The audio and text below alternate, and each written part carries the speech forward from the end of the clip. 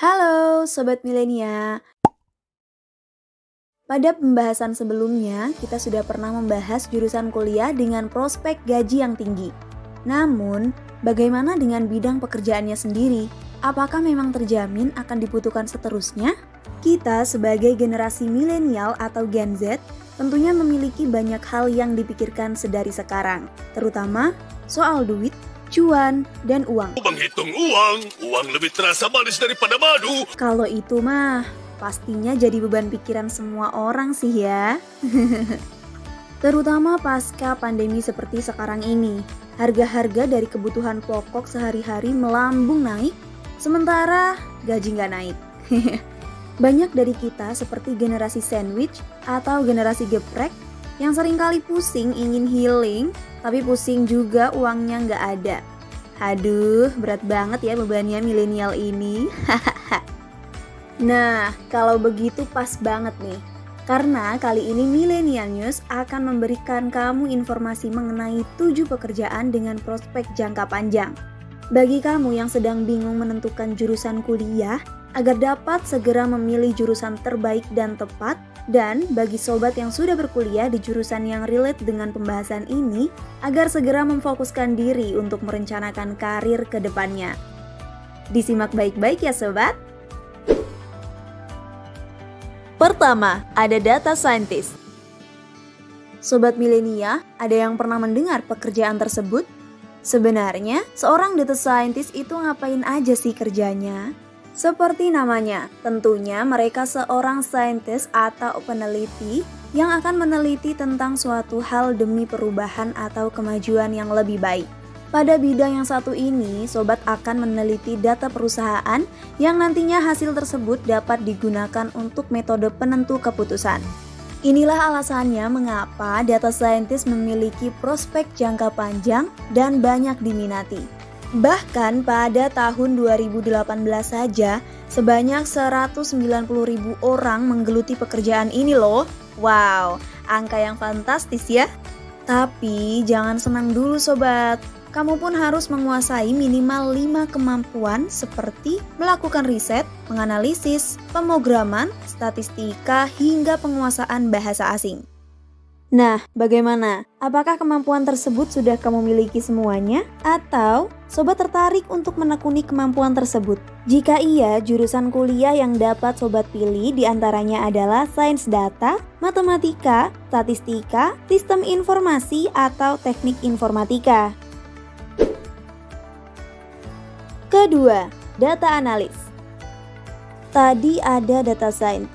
Selain itu, ada juga data analis yang bertugas untuk membersihkan data atau data cleaning, menganalisis data, dan membuat visualisasi data. Bidang pekerjaan ini pun juga sangat erat kaitannya dengan data science dan data engineer loh sobat. Karena sebelum data diurus oleh seorang data science, data itu harus melalui pemeriksaan oleh data analis terlebih dahulu. Bagi yang ingin menjadi seorang data analis, sobat milenia bisa memilih beberapa jurusan yang sama dengan data scientist, yakni sains data, matematika, statistika, sistem informasi, atau teknik informatika. Ketiga, ada data engineer. Sesudah data scientist, ada data analis. Ternyata masih ada lagi nih, data engineer. Apa sih bedanya?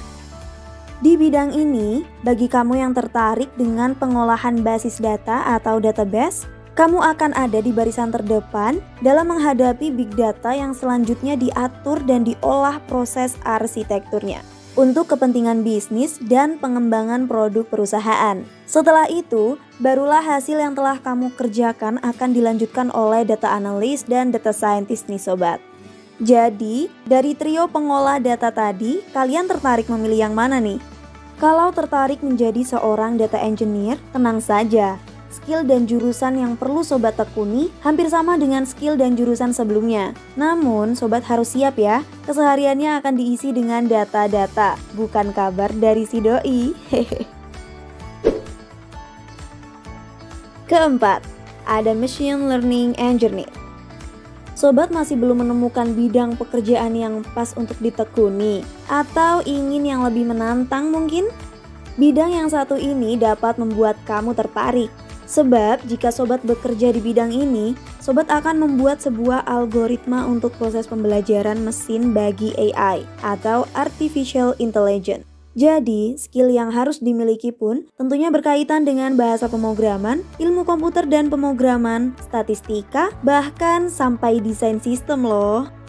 Nah, agar sobat memiliki skill tersebut, jurusan kuliah yang dapat menjadi acuannya adalah matematika, ilmu komputer, sains data, ataupun statistika.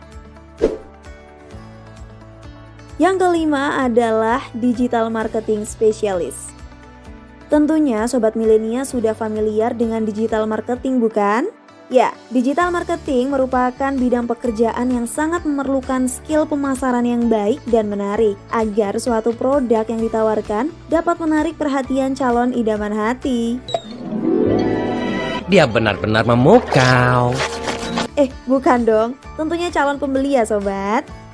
Tapi, kalau sobat sudah lancar mencuri perhatian calon idaman hati, mungkin kamu cocok nih kerja di bidang pekerjaan ini. Namun, perlu diingat, selain menguasai skill di bidang pemasaran, sobat juga perlu menekuni pembelajaran yang ada di jurusan pemasaran digital, manajemen bisnis, atau bisnis digital nih. Karena di era serba digital ini, seorang digital marketing spesialis memiliki tanggung jawab dalam merencanakan serta melaksanakan berbagai pengembangan seluruh website yang berkaitan dengan perusahaan, email, SEO, SEM, iklan online, serta media sosial. Keenam, ada robot engineer.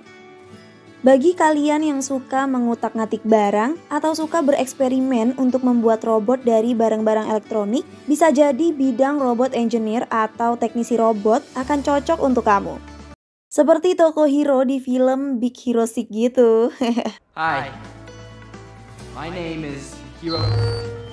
Bidang ini juga memiliki prospek kerja jangka panjang loh sobat. Dikarenakan segala hal yang dimulai didigitalisasi membuat beberapa perusahaan juga memerlukan robot untuk kemudahan pekerjaan, seperti robot yang digunakan di bidang produksi perusahaan otomotif. Jika sobat tertarik, jurusan yang dapat kamu pilih yaitu ilmu teknik, teknik elektro, teknik mesin, teknik informatika, atau jurusan lain yang berkaitan dengan robotik. Nantinya di jurusan tersebut, sobat akan mempelajari skill komputer dan elektronika, mekanika robotik, serta rekayasa dan teknologi. Sebagai robot engineer, kamu harus mengembangkan robot dalam bidang yang lebih luas. Ketujuh, ada Information Security Analyst. Di era digital seperti sekarang ini, tentunya segala informasi yang dibutuhkan pun akan disimpan dalam suatu perangkat, sehingga diperlukan pengamanan informasi yang ketat. Namun, saat ini banyak terjadi kejahatan berupa pencurian data informasi, pencurian perangkat, malware, sabotase digital, hingga serangan akun media sosial. Itulah mengapa pekerjaan sebagai Information Security Analyst diperlukan dan juga sangat penting di berbagai sektor seperti perusahaan, pemerintahan, militer, bahkan di organisasi-organisasi non-profit atau non-pemerintahan. Jadi, kamu pun tidak perlu khawatir lagi mengenai prospek pekerjaan yang satu ini. Agar menjadi seorang Information Security Analyst yang andal, sobat perlu memahami ethical hacking, komputer forensik, hingga cyber security. 3 hal tersebut bisa sobat dapatkan melalui jurusan ilmu komputer, teknik informatika, sistem informasi, dan jurusan-jurusan IT lainnya ya sobat. Nah, itu tadi ketujuh pekerjaan dengan prospek yang panjang, bahkan tidak akan pernah mati. Bagaimana? Apa sekarang sobat mulai tertarik untuk menekuni jurusan yang berkaitan dengan skill dari salah satu pekerjaan tadi? Jika tertarik, bagi sobat yang baru akan masuk ke jenjang perkuliahan, bisa memilih beberapa jurusan kuliah tadi ya. Juga diingatkan nih, bagi yang sudah masuk kuliah dan memilih jurusannya, untuk fokus menekuni bidangnya masing-masing. Karena, apa yang sobat pilih dan kerjakan hari ini akan menentukan gimana kalian di masa depan. Semangat membekali diri!